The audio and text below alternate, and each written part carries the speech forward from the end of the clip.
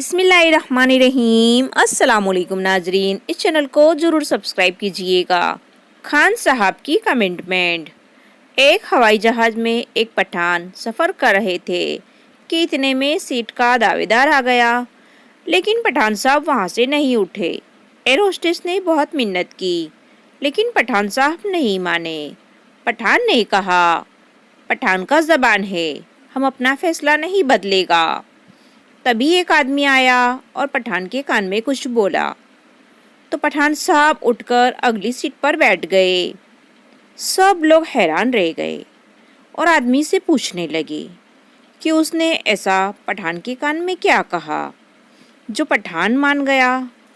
आदमी ने कहा, मैंने कहा, पठान साहब से पूछा कि अब कहाँ जाओगे।